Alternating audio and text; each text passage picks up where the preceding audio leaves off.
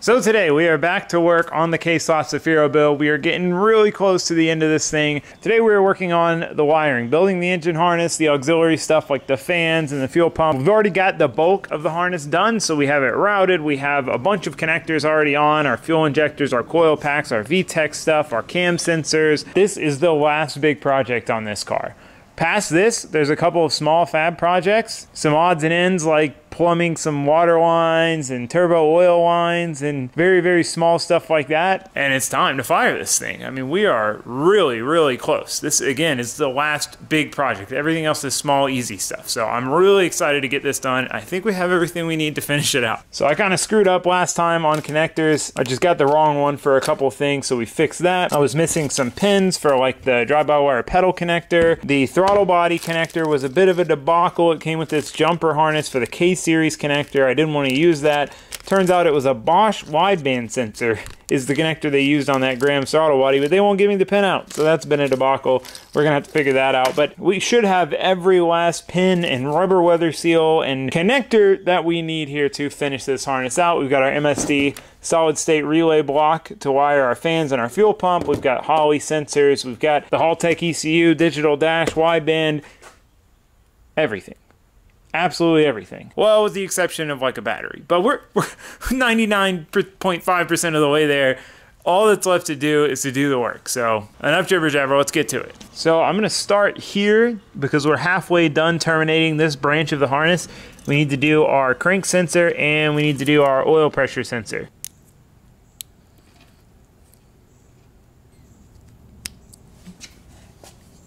Is this still not the right connector? This is supposed to be specifically the right one. All right, well, the crank position sensor connector I got is not quite right. I shaved the tabs down on my sensor. It almost goes on, but the latching pin isn't quite in the right spot. All right, well, I got a connector to work on our crank sensor here. I used the generic 3-pin that's used for a few other things on this engine, and with the tab shaved on the crank sensor, it fits perfect. The reason they have different tabs like that, because like this engine shares a bunch of the same connectors. It's a bunch of 2 pins and a bunch of 3 pins. So they just set it up like that where the connector is all the same, but it just can't slide on because they don't want you to put the cam sensor on the crank sensor or whatever. So we're all good there for now. So moving on to this harness. I'm basically gonna figure out all my links, throw a zip tie where I wanna cut it and pull the whole thing out, pin it all, put it back in just because it's so hard to get to it since it's running under. And what we're gonna do for the throttle body, since I don't have this pin out yet, I may have found it, but I'm waiting. What we're gonna do instead is put a 6-pin connector here. So we'll have, this will be like a detachable little harness. Now you might say, well, what's the point in doing that? Why didn't you just use the jumper harness that came with it? A, I lost it, like I said. B, with using a Deutsch 6-pin, I can, if I switch throttle bodies, I can just build out my own little jumper harness to the next throttle body because I have a huge pack of Deutsch connectors. So overall, this will just make it easier if we want to switch throttle bodies down the road. We can just build a little harness on the bench, boom, plug it in instead of having to pin up a new connector in the car. So that is the game plan. Let's get this sorted out, get it cut, and start terminating.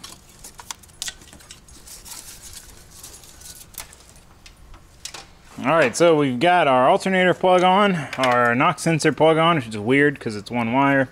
Threw me off. We got the links for our intake air temp. We'll do that once we route this back in there.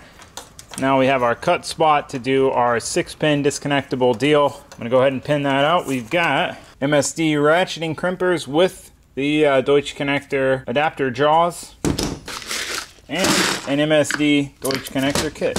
Let me make sure I have a 6-pin in here. There we go, 6, 6.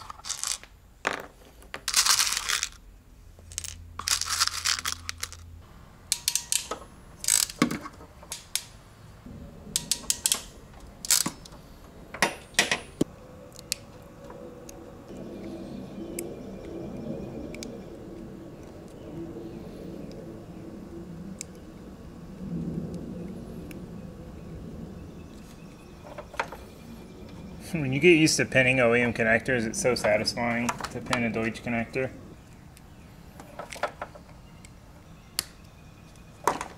Alright, that's done. I'm going to go build the other end, just the lead at least.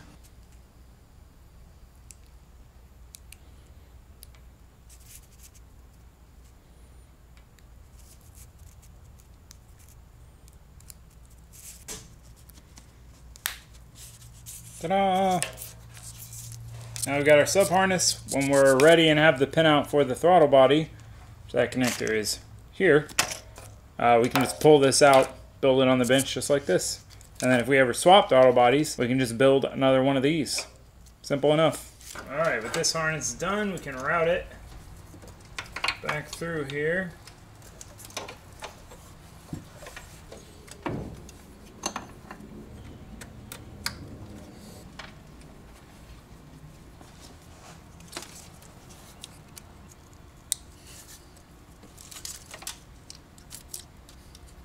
Alright, we have everything over here wired aside from the throttle body, alternator, knock sensor down there. Take air temps done. I got the fuel pressure sensor done. It's just like shoved in there with a paper towel to block it, but just to get the length right. So boom, that's done. Last thing I need to do on this stretch is our ethanol content sensor, which is under the car. So I've got it on the lift so we can measure length, bring it up here, boom, boom, boom. You get the idea. I think after that, the only thing left as far as connectors goes is our oil pressure sensor, which I think I'm going to put a T here and feed the turbo off it and go to the oil pressure sensor.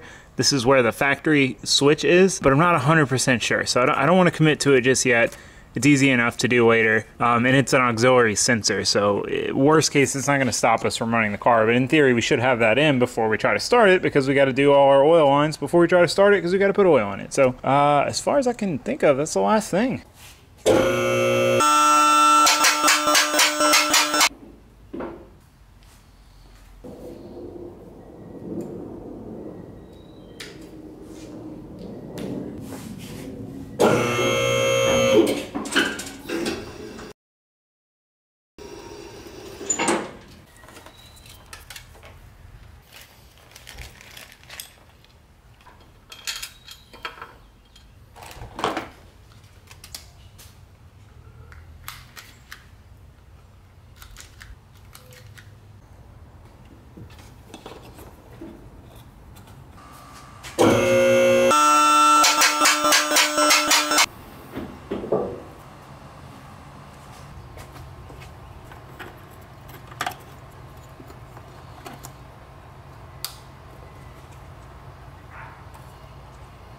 Sweet, easy enough.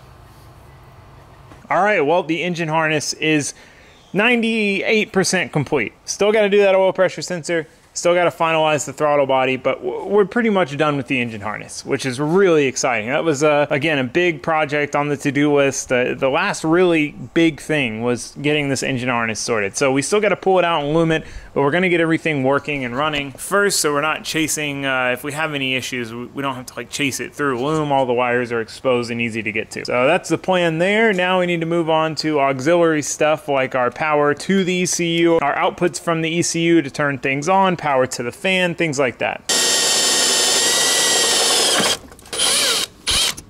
Alright, so I'm mounting my MSD solid state relay setup. This thing is super cool. Basically, it's essentially 4 relays in one. It's all solid state, so there's no mechanical moving parts. We've got power in here, then we've got 4 25 amp outputs, and we can trigger them on this rail or this rail by either power or ground. So, super cool way to do high current outputs on something like this. So this will do our fans, our fuel pump, and then if we need anything else down the road,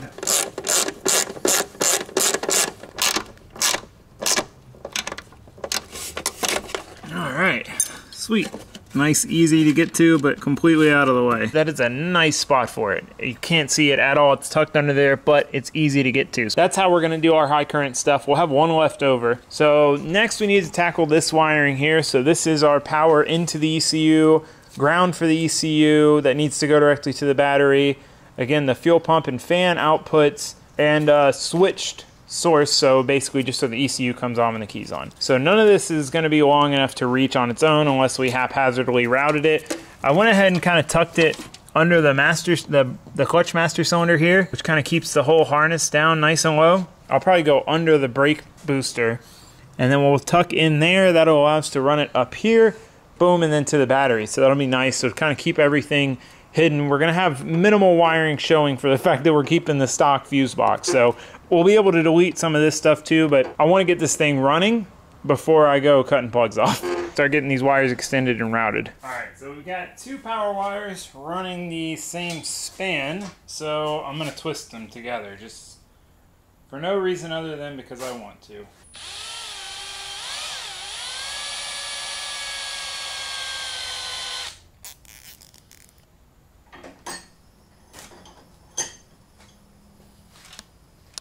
Ta-da!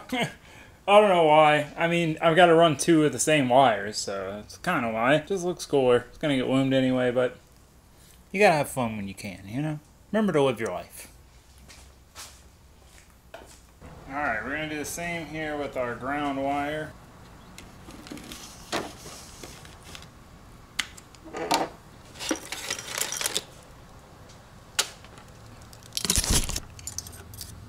Ta-da! So basically I'm just crimping our power wires here. Boom, they'll go to those. That'll go through.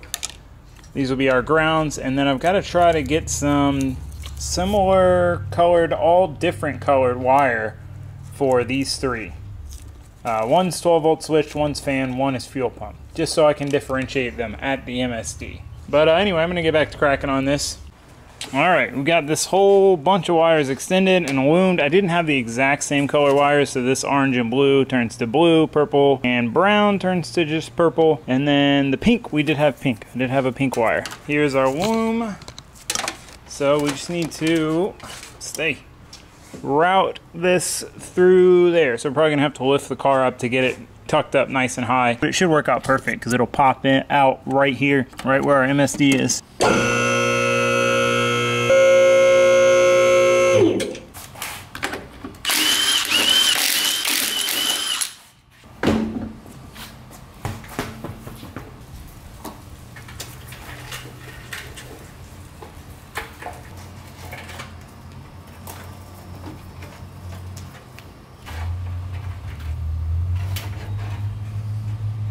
Alright, I need to kind of keep this tucked all the way above this pinch weld here. And perfect thing to do it easily. I didn't know these existed until not too long ago. I got them for my trailer. They're magnetic cable tie mounts. So they've got a magnet and then they've got a little loop. So you just throw them on the ground apparently. You just pop them onto anything metal and then you have a loop to zip tie to.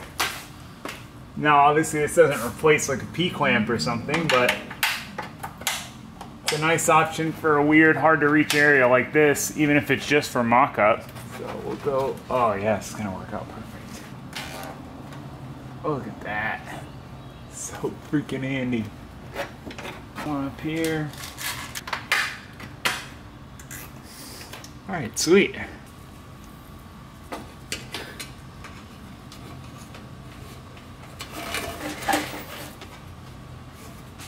Alright, so you can see it pops out there, goes up over that harness, and then stays above the pinch weld all the way. So we will need to do some stuff. You can see someone's already been in here and tried to basically save this, because what happens is when you run bigger wheels and you run the car low, especially drifting, the tire will hit this and eat into your harness and wreak havoc. So that's actually something we'll need to address, try to tuck that up a little better or make a plate or something to cover it. You can see they put that there too. You can see it has been rubbed on, but one thing at a time. One thing at a time. Nice way to route those wires over to here without having to run them around the strut tower or something. All right, I've got all of my outputs from the ECU, which are inputs to this, wired in. So we've got our fan, and then I jumped it from 1 to 2 because each fan's gonna be on its own 25 amp circuit, but I'm turning them on with just one wire because this is a pulsed output. So basically what we can do is pulse it and essentially vary the fan voltage, so we can vary the fan speed. So we could have them turn on, you know, at 50%, 70% when it gets hotter, and then 100%. So there's no need to control each fan individually. We can just have them both run, but at essentially a lower amperage and ramp it up. So anyway, fuel pump is actually a 12 volt. So this is like a power source. We could run this straight to the fuel pump, but I wanted this thing to carry the load. So we've got it here triggering output number 3. So that was easy enough. I left these wires a little long just because I'm not exactly sure how everything's gonna go with this harness, and I can just trim them back once everything's final and in place. So what we have left here is power to the battery, ground to the battery, and 12 volt switch. So I'm gonna hold off on those till we get the battery. The battery should be here soon. What I wanna work on next is our fan wiring. For fan wiring, we have these super heavy duty 10 gauge connectors. These are kind of like the RC car battery style. So this is really important with like these Mishimoto race fans. They do pull a lot of current, so you can't skimp out. I used just a normal connector before that I pinned these terminals into, and I ended up melting the connector. So gone with heavy gauge stuff ever since.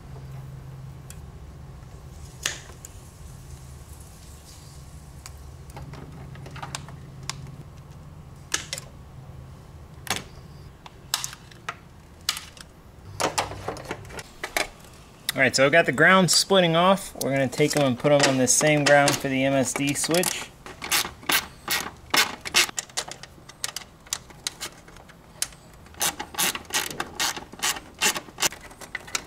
Alright, sweet. Now with those mounted, the wires are routed. Rhymes. We can terminate these. Put them into our MSD here. Dude, these MSD cable cutters, life-changing. Also, these Matco wire strippers, way better than any of the other ones. A viewer actually gave them to me a long time ago now.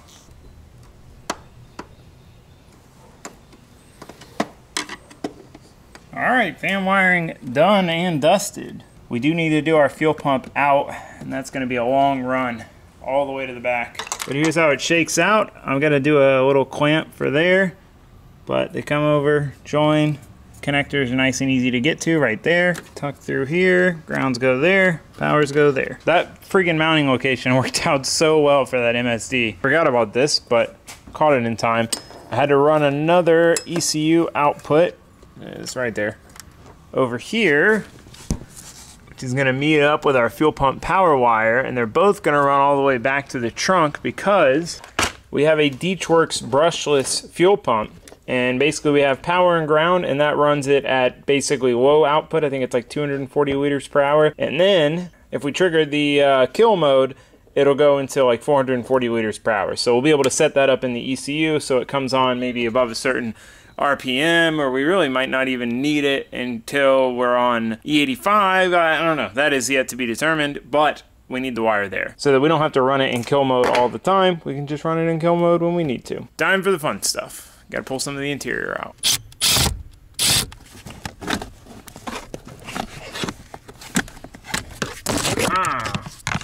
We got it out without destroying it. This car has such a unique smell.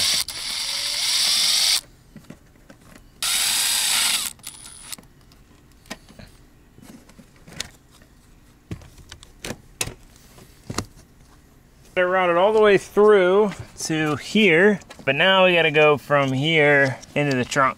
We're likely gonna have to take the seat out, I think, to get the last bit of routing. I also need to figure out where I wanna put the pump controller. There's this plate here that basically covers up the wires so you can put stuff in the trunk and not smash them, which you can see this is smashed. I don't know if I wanna run the controller that far away. I don't know, we'll see. I'm getting ahead of myself. We gotta get the freaking wires back here in the first place and see where they end up. All right, this is kind of cool. Seat didn't want to come up in the front on that side, but whatever. I pulled this side out and look what I just found. What is it? Is it a necklace? It's taped. I think it's some sort of freaking Japanese necklace. Coca-Cola. Huh. Oh, is that a... I don't know what that is. Oh, that's pretty cool. Treasures you find in JDM cars.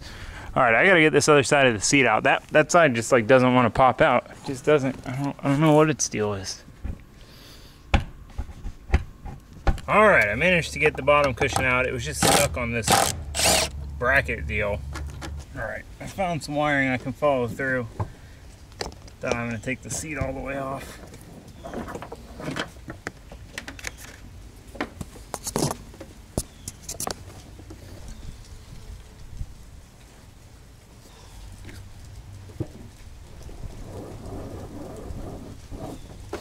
Ta-da!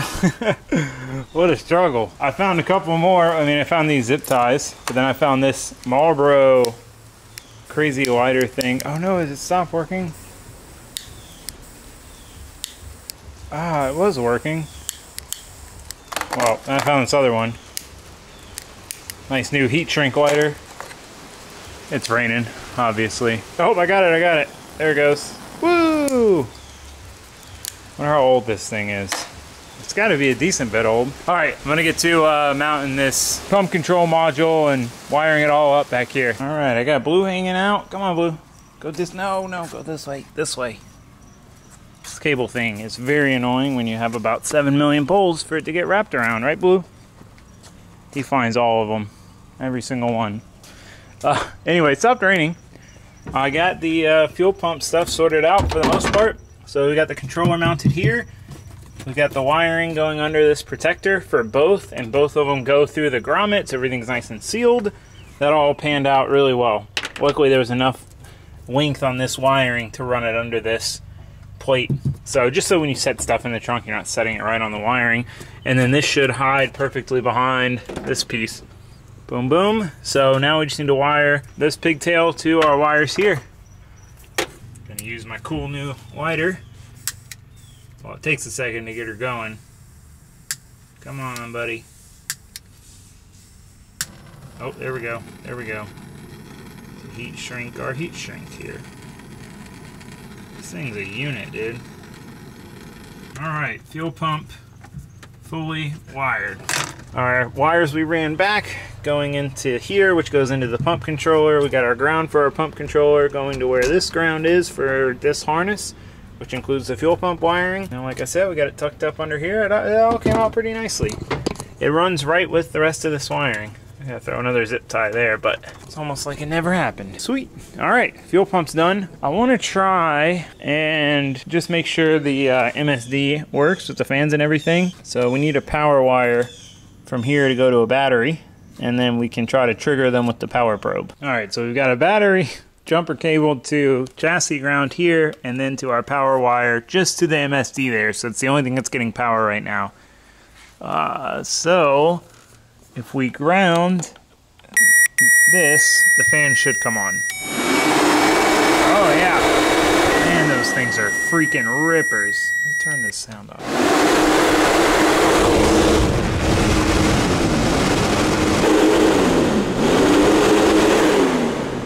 Watch this little thing, ready?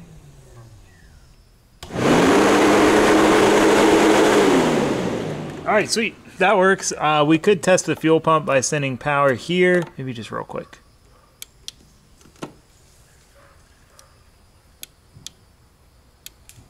Oh, it's working. I can hear it. The reason I don't want to go any more than that is because we don't have fittings in here. So I don't want fuel to come spraying out. Plus, I think what I'm going to do before I cycle fuel through this thing, I'm going to pop the line off back there and drain the tank.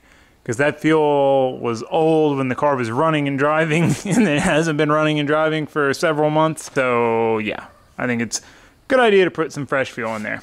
So cool, that's all working good. Obviously we'll have to test it with the ECU once all of that's hooked up, but basically the ECU is gonna do the same thing. It's gonna send a ground through this wire, boom, that'll turn our fans on. And then the fuel pump, basically the same thing, just power coming in, boom, to this pin, turns the fuel pump on, and then we have that other wire going to switch it into high output kill mode. So sweet, I'm glad all that auxiliary stuff is done.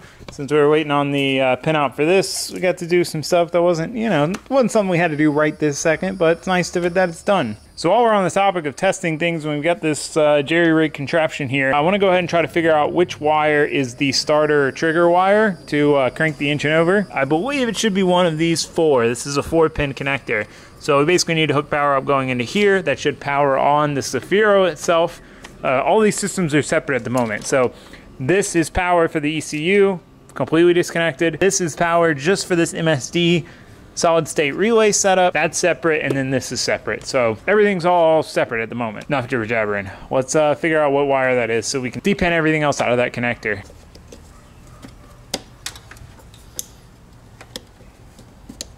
All right, my guess says it's this one because it is full of crud, and I always had issues with the starter on this car. So we should have chassis power now. Yep. Doors unlocked. Yep, that's it. I got it right. So you hear the beep, that means we're getting power there. Alright, sweet. Good. I need to see This might be a good 12-volt switch source. We'll see if this turns off, the key off. Yep. Alright, cool. So we can use that wire for our trigger to turn the ECU on, and then this is going to be our starter wire, and we shouldn't need anything else in here. Alright, I got the pedal wiring routed over to this side, roughly, because we're going to have to pull it back out when we pull the harness and loom it. The pedal works out perfect. Like, if we put it flush next to the old pedal, it's literally the same angle and the same height. So that's going to be sweet. So we'll have to build a bracket for that. We need to pull this old pedal assembly out.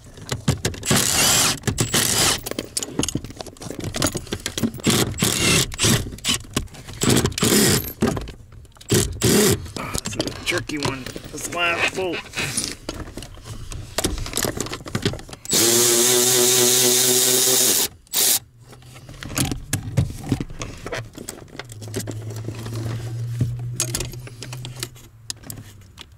This thing's old enough to still have a wide open throttle switch. Alright, pedal and cable removed.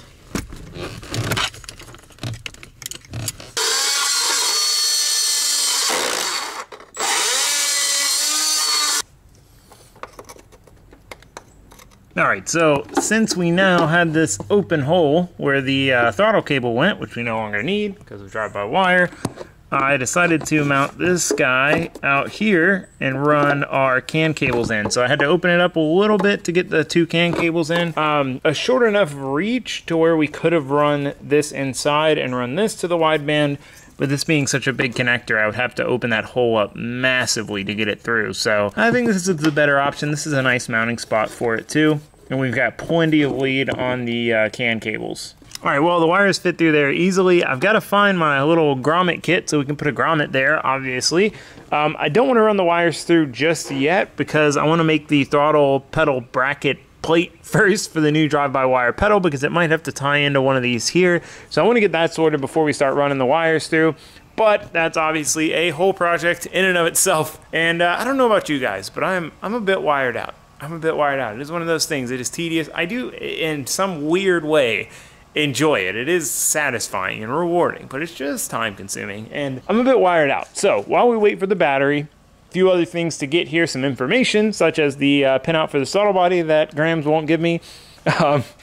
Those last few things, we're gonna move on to some fab projects, knock out the last few fab projects, enjoy using the new fab table, and then we should hopefully by then have everything we need to finish up the wiring. So there's not much left. I mean, it's like running a power feed wire over to the starter and alternator, starter trigger wire, hooking up the ECU, which is literally just terminating these into a ring terminal. Very minimal stuff left, and then hooking up the CAN stuff, which that's all plug and play, so that's pretty straightforward. Once that's done, all that's left to start the thing is just do our oil line. So we can't fit a filter here, so we've got to do a remote oil filter housing, so we need to get that on, get that plumbed to the housing, that plumbed to the oil cooler, and ideally our feed and return oil lines from the turbo. That way we can fill this thing with oil and start it. We don't really need to have the water lines or any of that finished up before we start it, but we definitely need to have oil in it. So moral of the story is, besides some fun therapeutic fab projects that I just need for my own well-being, we're basically oil lines and a few wires away from starting this thing. So I'm excited. We're getting really close. I know it's tedious and time consuming, but we're close. We're close. So anyway, that's going to be it for this one. I hope to see you guys next time. But for now, thanks for watching. Thanks for subscribing. Goodbye.